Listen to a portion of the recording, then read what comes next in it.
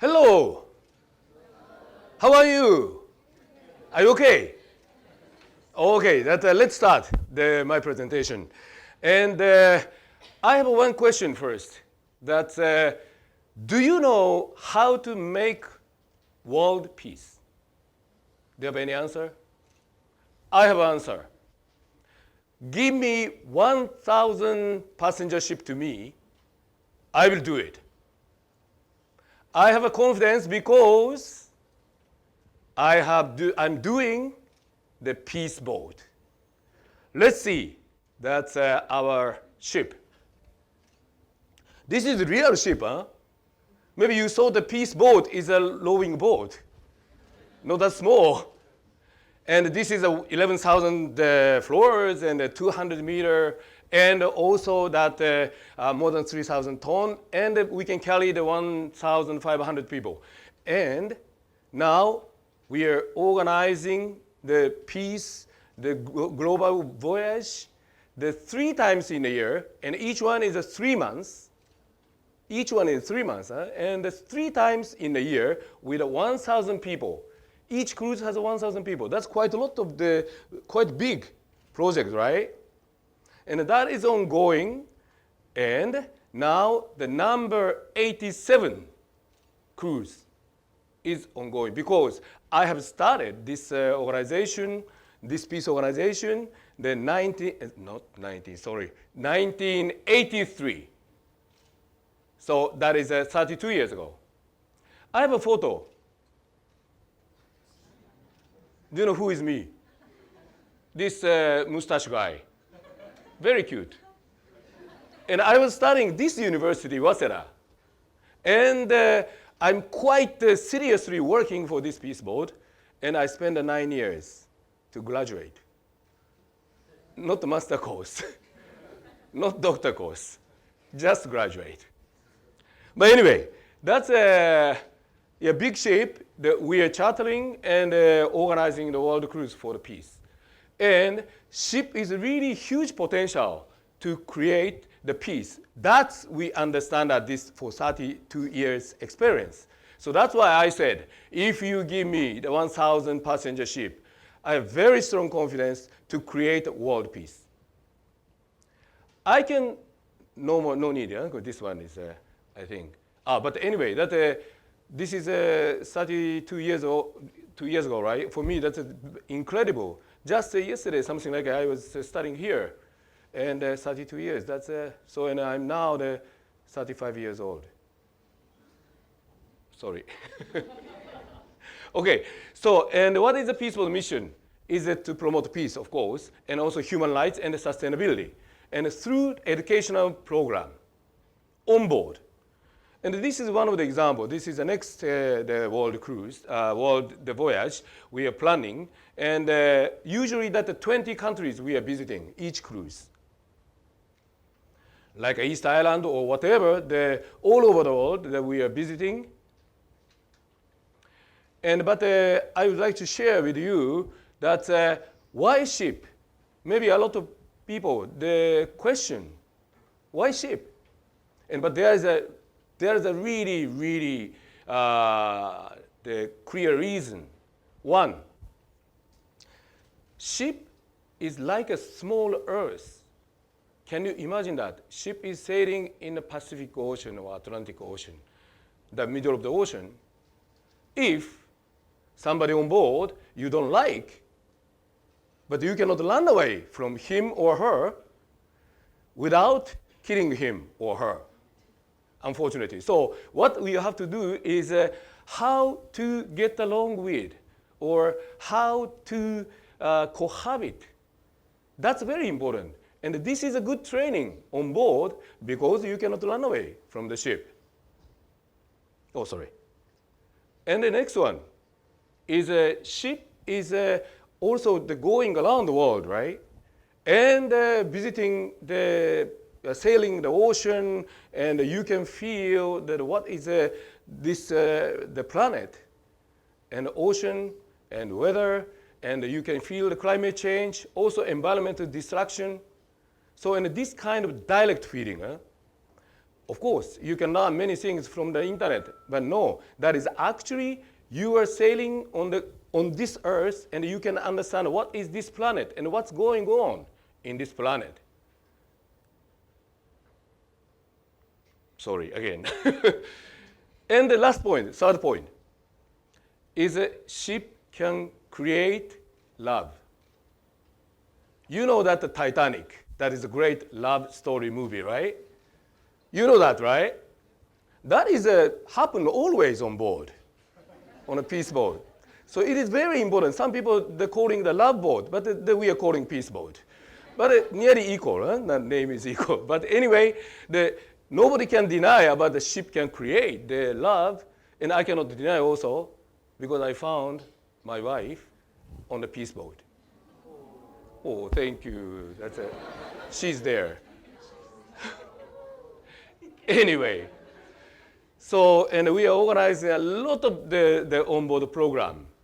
And, you know, ship is like a campus. You can imagine like this university, the floating university. Actually, we are named one of the program is a global university. Like she's my colleague Yasna, and she's a Bosnian refugee, actually. But after that, become journalist and come to the peace boat. And we invite her as a lecturer in the beginning. And after that, he's become the lecturer. And now she became the staff and also the representative of the European office on the peace boat. So the important point is you or anybody who are on board can learn directly from the person like her. What's happened in the world or what's going on. For example, they have the guests from the Iraq or the Syria also. You know that, right? By internet, what's going on and what terrible things happen. But important point is it is big difference. You are meeting with directly the person from there. This is maybe some people know that Rigoberta Menchú, we are very honored that she joined the Peace Boat. She's Nobel Peace Laureate from the Guatemala. And she made us a lecture, but at the same time she organized Maya indigenous people's ceremony on board. This is on board. Huh? So this is really like the ship itself is a small, the earth or village or whatever, town. And you can really feel this community feeling there. And also, we have the program on board, not on board, sorry, that's in the port. This is Bosnia, again, Yugoslavia. Somebody go there? Somebody went there? No. Okay, so this is one of the destructive building. Maybe, again, you can hear the news about what's happening in Yugoslavia, but it is completely different if you are there and if you stand on this building, this destructive building. You can feel what's happened there. Who are living that corner? What kind of life they had? And there is maybe the dirty doll or books of the children. And through that kind of reality, we can start to understand that. What is a war? What's that? Landmine. This is Cambodia. Some people think that the landmine is, of course, terrible, but that's a small things. And maybe that is a weapon to kill the people or kill the soldier. But no. It is completely different from the killing weapon to kill somebody. This landmine purpose is to make a disabled people. Can you imagine that evilness of that? I can tell you, point is a landmine is they would like to promote a fear for the people. Okay, if before you come to this room, somebody say, oh, one of the chair, under the chair, there is a landmine. One of the chair here, only one. Do you come this room? No, right? Nobody come, of course, because you're afraid. And the same things they're using. We'll put a landmine in that village. nobody come back. Everybody run away. This is the purpose of this weapon. And if somebody come, they step in a landmine and they lost a leg. They don't die usually. This is very important point. Even, and especially kids has that injured because kids is always not careful. And even the parents said, don't go there, but they will go. This is the reality of that landmine. I learned about that, not by book, not the internet, when I was there. And this is the one with the soldier who lost a job after the war because he was a soldier. And now he's working for digging and searching about the landmine. Another kind of activity. This is we are cooperating with the local NGOs, and this is a greenbelt movement in Kenya. And they are planting the plants. And this is a huge movement now in Kenya. And because there's a big energy problem in Africa, as you know, and they're cutting the trees for their kitchen. So, and this is one of the activity in the port. So also we are doing the advocacy. Because the ship itself is a huge messenger. Because if you travel there and if you say something, that is a small voice. But 1,000 people with a big ship and visited that country, if say something, that's become the impact to that society. And also we are working with the United Nations and as a special consultative status NGO. And this is one of the campaign of the UN to eliminate of the poverty. And now, unfortunately, that every day 4,000 children dying by lack of the clean water. That is this reality of this society. So, and the cooperation. That we are sending the wheelchairs to the Iraq during the Iraqi war. And we collected this kind of things in Japan as a second-hand one. Because in Japan, there is a full of the wheelchair, but in Iraq, in a hospital in Iraq, there is no the wheelchairs. And I would like to share with several word testimonies, our episode. And this person, this is like the three old person right here. Just not usual, very usual maybe. But he is a Japanese ex-soldier. And the two of them is a survivor of the Nanjing massacre. You know, this year is the 70 years anniversary of the World War II. And I really believe now is one of the timing that we have to really think about that. Why war is happening so again and again? I think this is one of the quite important photo for me, because he was killing the Chinese people at that time. His name is Honda, and he is confessed about what he did in China. And at the same time, he tried to apologize about what he did. And at the same time, he tried to inform to the Japanese young people what's happened in the past. And on the other hand, two of them, Mr. Shu and Mr. Wan, they're very, very happy at that time to meet with him. The reason why is that they had an opportunity to really have the reconciliate with the Japanese people.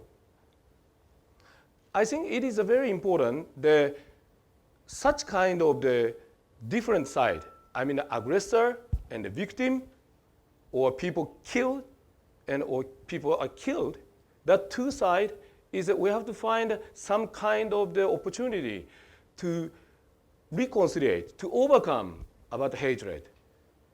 Because then hatred is again and again, and never-ending the story. And the voyage continue forever. This is atomic bomb survivors, Hiroshima, Nagasaki. In Auschwitz, they visited there. And for me, this visit also very symbolic.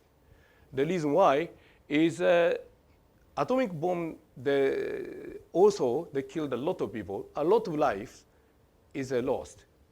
But also, gas chamber in Auschwitz, also many Jewish people passed away, killed.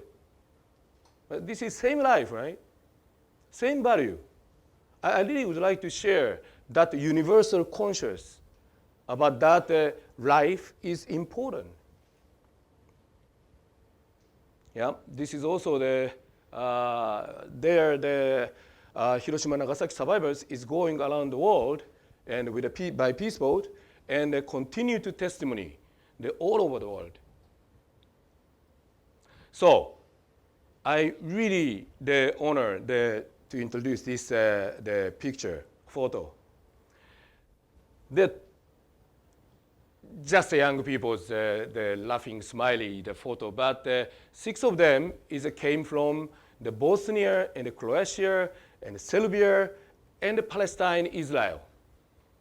This is all become the conflict zone, and now they smile at each other. But 2 weeks ago, they really couldn't talk to each other at all, and even they refused to shake hand. But 2 weeks life on board, as I told you, the small Earth experience on board, floating Earth experience, is create this the smiles. I really would like to suggest everybody, I think, that dream and how we can make dream come true. I was thinking about that, and when I analyze about my life or my Peace Boat project, I found 3 things. And one is we have to take a risk to achieve something. Without risk, no hope, no dream. And the second, let's cross the border. Don't stay in only your society. You have to know the different people, different culture, different religion, and a different way of the thinking. And after that, you can start to do something, the dreamy things in your life. And the third point, be crazy. Be crazy. Don't be good boy and girl. Don't listen to the professor and the parents saying, okay? That's very important. That's why I spent 9 years in this university. But on the other hand, I achieved that Peace Boat. Okay? And still I'm crazy. Next challenge by Peace Boat is this one. This is the most ecological ship in the world nowadays. Of course, doesn't exist. And more than 400 million US dollars, 400億, so in Japanese, or something like that. Crazy money. We don't have money. But we would like to challenge to create the peace and sustainable world. It is, you believe or not, that's your choice. But I believe. I will challenge to achieve this, to build this ship, and I try to be crazy for that. And I will invite TEDx Peace Boat. Thank you very much. Thank you very much.